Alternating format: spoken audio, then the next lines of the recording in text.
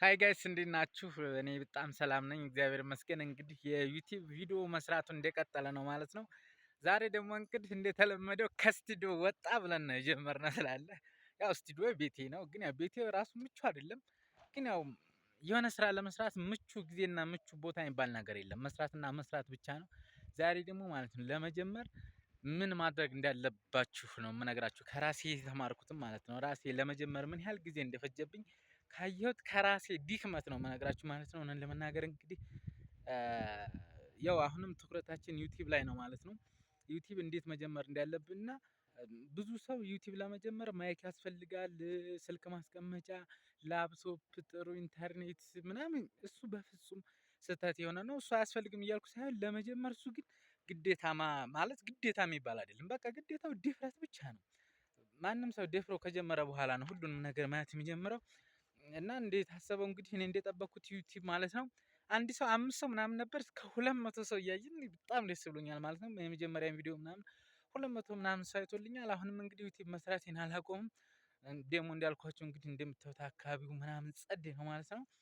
እና ምን ልላችሁ ፈልጌ ነው፣ ሰበብ በቃ ማለት መስራት ለምትፈልጉት ነገር እኔ አሁን በቃ በጣም ከምቆጭባቸው ነገሮች እስከዛሬ ስደረደራቸው የነበርኳቸው ሰበቦች በጣም ይቆረቁሩኛል። እና የተለያየ ሰበብ ስንፈልግ ደግሞ ሰበብ ልናደርግ እንችላለን ምናምን እና ሁሉም ነገር ቀሪ ነው ማለት አስቡት 5 6 7 ዓመት ተመሳሳይ ህይወት እየኖራችሁ ሰበብ የምንደረድር ሰዎች ነገ እስከ ነገ ወዲያስ ከዚህ የተለየ ህይወት ምን ይጠብቀናል? ማለት ሳንሞክር ሳንጀምር ከዚህ የተለየ ነገር ምንም እንደማይጠብቀን እርግጠኛ መሆን አለብን ማለት ነው። ስለዚህ ጀምሩ፣ እንጀምር። ሁለተኛ ደግሞ ስራ ለመጀመር ማለት ነው የሆነ ዩቲዩብ ለመጀመር አስባችሁ እኔ እኮ ገቢ የለኝም ብር ያስፈልጋል ምናምን የምታወጡትን የእያንዳንዷን ወጫችሁን ማለት ነው ለምትፈልጉት አላማ።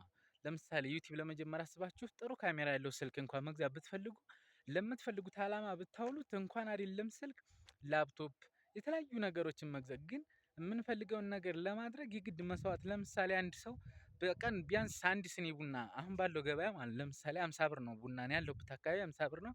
50 ብሩን እንኳን ቡናውን ትተው ማለት ነው አንድ ወር ቢል 1500 ብር ለምሳሌ ማይክ ሊገዛ ይችላል ወይም የስልክ ማስቀመጫ ሊገዛ ይችላል ማለት ነው። እና ምን ልላችሁ ፈልጌ ነው ለምንፈልገው አላማ ዋጋ ሳንከፍል የሚሆን ነገር የለም።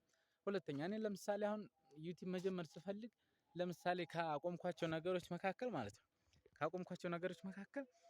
ጓደኞቼ እየደወሉ ምናምን አብረን ጊዜ እናሳልፍ መሆንህ ነው ጠፋህ ትቼዋለሁ። 5 ዓመት አብረን ተገናኝተናል፣ ቡና ጠጥተናል፣ አውርተናል፣ ቀልደናል። ምንም በህይወታችን ላይ ግን አሁን መጨረሻ እንደው ምንድነው የሆነው ሲመረን ሁላችንም ሲቸከን በቃ ህይወታችን ላይ ማለት አንዳችን መወቃቀስ ሳይሆን እንደ በፊቱ ብንገናኝ እንኳን አንስቅም፣ አንቀልድ። ምክንያቱም እድሜያችን አብሮ እንደኛ እየቀለደ እየሳቀ አይደለም እየሄደ ነው። ምክንያቱም እኛ ጋር የነበሩ ጠንክረው የሰሩ ዛሬ ያሉበትን ደረጃ ስናየው ራሳችንን ታዘብነው ማለት ነው። እና ምን ልላችሁ ፈልጌ ነው ጓደኛ አያስፈልግም ምናምን ሳይሆን ጓደኛም የምታገኙበት የምታወሩበት ስትገናኙ እስቲ ለራሱ ስለመለወጥ በቃ ተገናኝቶ ስለ ሰው ማውራት ምንም ዋጋ የለውም።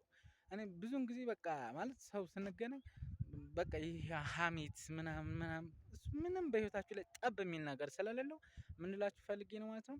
ሰው በተገናኛችሁ ቡናም ተገናኙ፣ በታክሲም ተገናኙ ምናምን ከማይመስላችሁ ሰው ጋር ደግሞ ጊዜ አታሳልፉ። በቃ ማለት ከማይመስላችሁ ስላችሁ ለምሳሌ አንድ ሰው የምትነግሩትን ነገር ምንም መረጃው ከሌለው እውቀቱ ከሌለው ጊዜያችሁን ጉልበታችሁን ማድከም ስለሚሆን ምንም ዋጋ የለውም ልላችሁ ፈልጌ ነው። እና መጀመር የመሰለ ነገር የለም።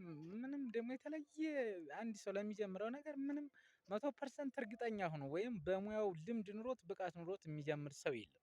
እና ማንም ሰው የጀመረውን ነገር ውጤቱን ወይም መጨረሻውን ማየት የሚጀምረው ከጀመረውና ሂደቱን ከሄደበት በኋላ እንጂ ማንኛውንም የተሳካለትን ወይም የምታውቁትን ሰው 99% እውቀቱ ኖሮት ጀምሮ የሚጀመር 99% እውቀቱ ካለው ማንም ሰው ወደኋላ እኮ አይቀርም ልላችሁ። ስለዚህ ባለች 20 30% እውቀት ነው ማንኛውም ሰው መጀመር የሚችለው ማለት ነው። ከዛ በኋላ በሂደት ነው ያሉት ነገሮች የሚታወቁት፣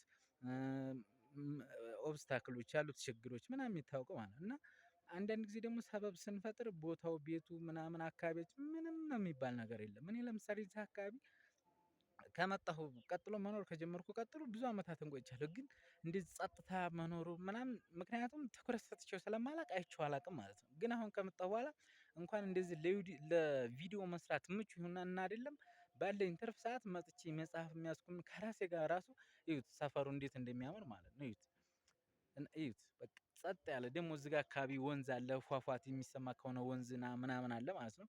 እና ምን ልላችሁ ፈልጌ ነው፣ ጓደኛ ምረጡ።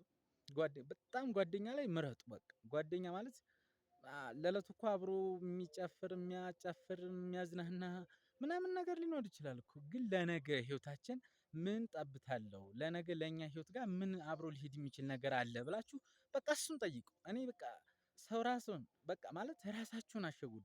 እኔ በቃ ሳስበው ቢያንስ በትንሹ ማለት በትንሹ 5 6 ዓመት ራሴን አታልየዋለሁ፣ ራሴን ዋሽቼዋለሁ፣ ራሴን ሸውጄዋለሁ ማለት ነው። ግን እውነታ መሸጉዳችሁንም ስላችሁ ከ5 ከ6 ዓመት በኋላ ራሳችሁ ህይወት ላይ ጠብ የሚል ነገር ከሌለ እየሸወዳችሁ ነው ማለት ነው። እና ጀምሩ ባላችሁን ነገር ደግሞ ለፈለጋችሁት ነገር መጀመር ካሰባችሁት ሁሉም ነገር እጃችሁ ላይ አለ። ሁሉም ነገር እርግጠኛ ሆኜ የምነግራችሁ ማለት ነው።